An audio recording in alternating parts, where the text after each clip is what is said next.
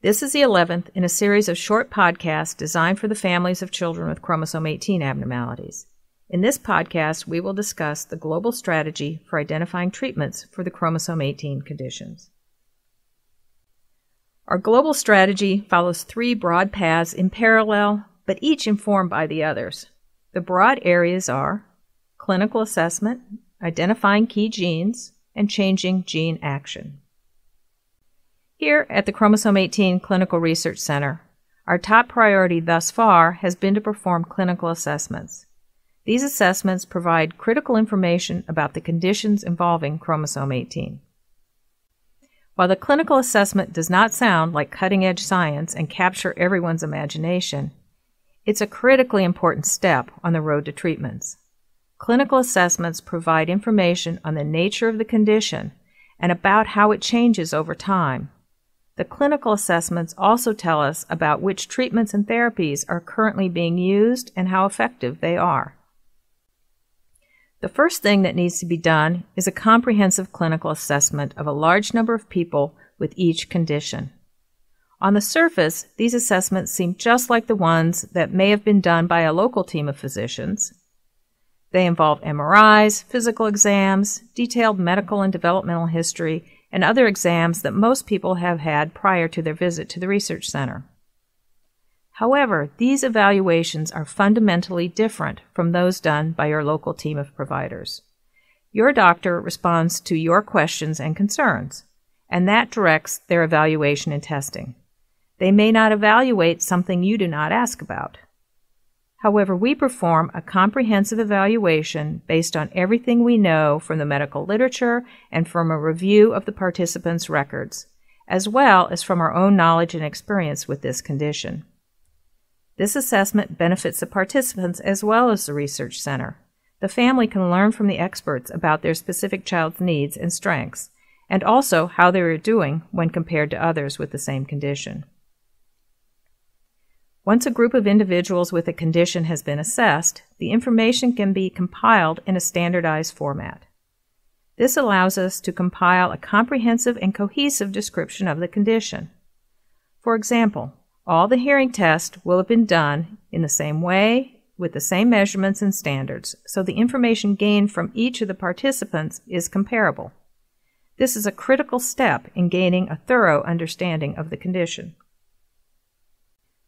The clinical assessments also help us to compile data about the natural history of the condition.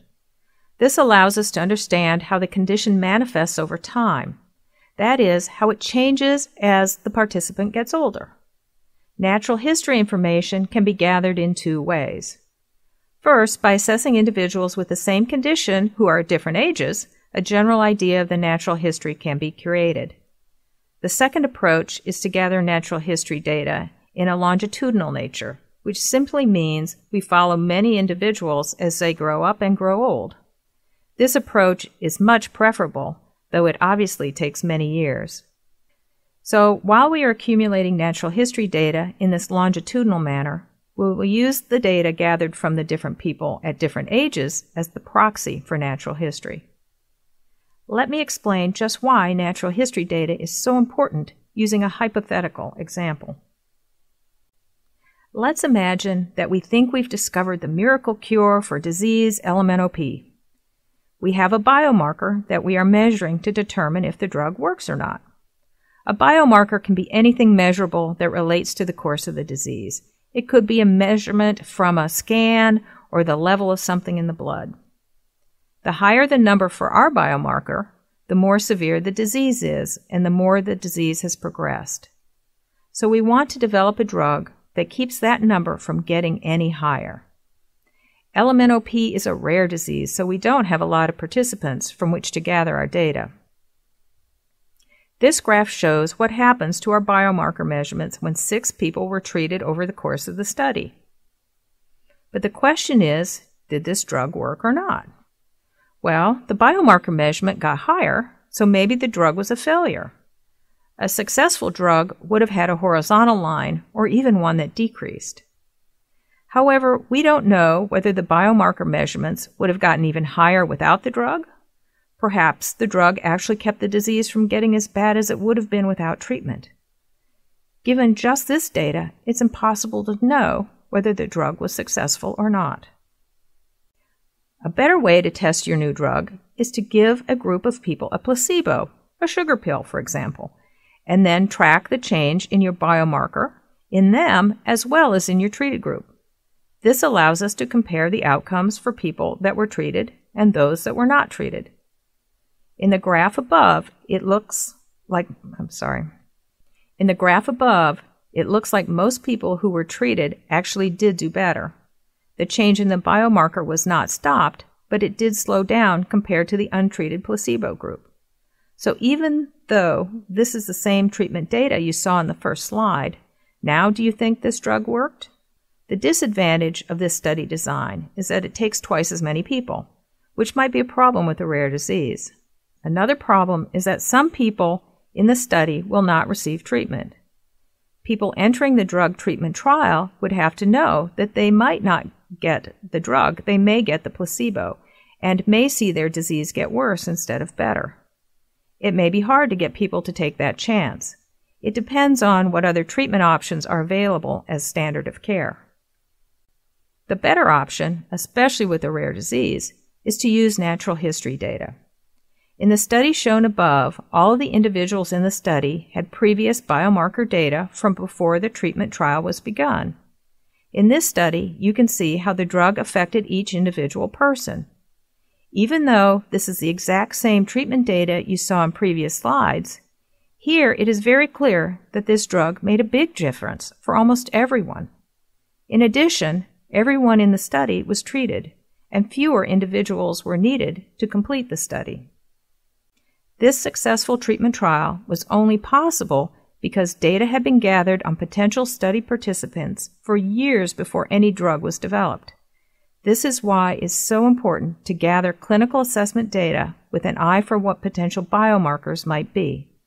A biomarker does not need to be the exact endpoint you desire, but it needs to correlate with your endpoint. It's an indicator of the biological state. The identification of potential biomarkers can come from the clinical assessment. So this is yet another reason why the clinical assessment is so important. The last reason to perform clinical assessments is to identify standard treatments. There may be treatments that are commonly used in the general population that have simply not been applied to people with a chromosome 18 condition. For example, when we started our studies, the literature said that everyone with 18q- and 18p- were short. For 20 years, no one had investigated their cause of short stature. We investigated and found the reason they were short was because they had growth hormone deficiency, which is a treatable condition. It had just never been applied to people with chromosome 18 conditions before. In addition to identifying standard treatments, we also compare how study participants are treated for the same feature of their condition. In this way, we can identify best practices and best treatments for people with the conditions.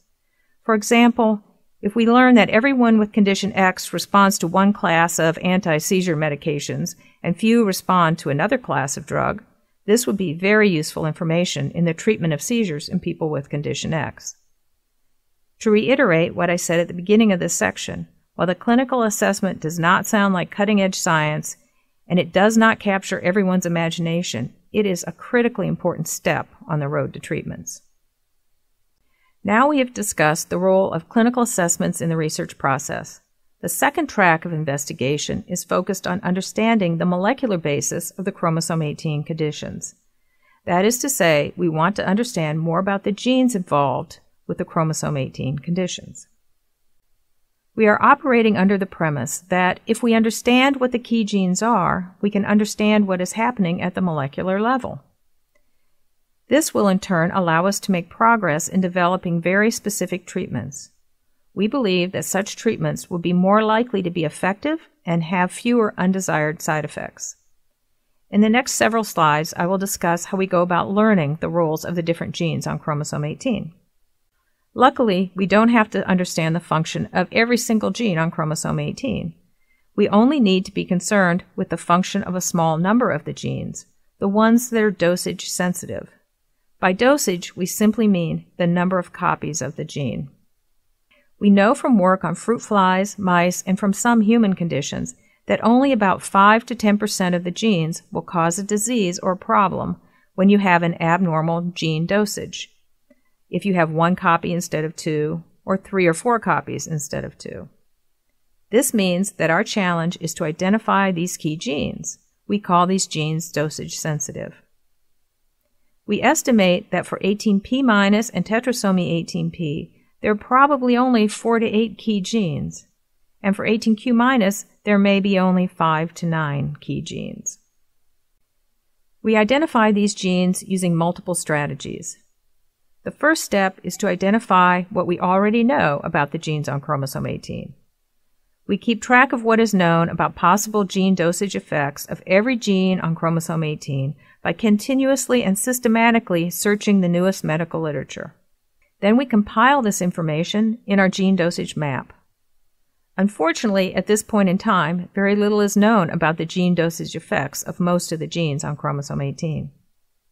However, some genes can be eliminated from concern, or at least put on the unlikely list, using a couple of criteria about the diseases they are associated with, if that information is known.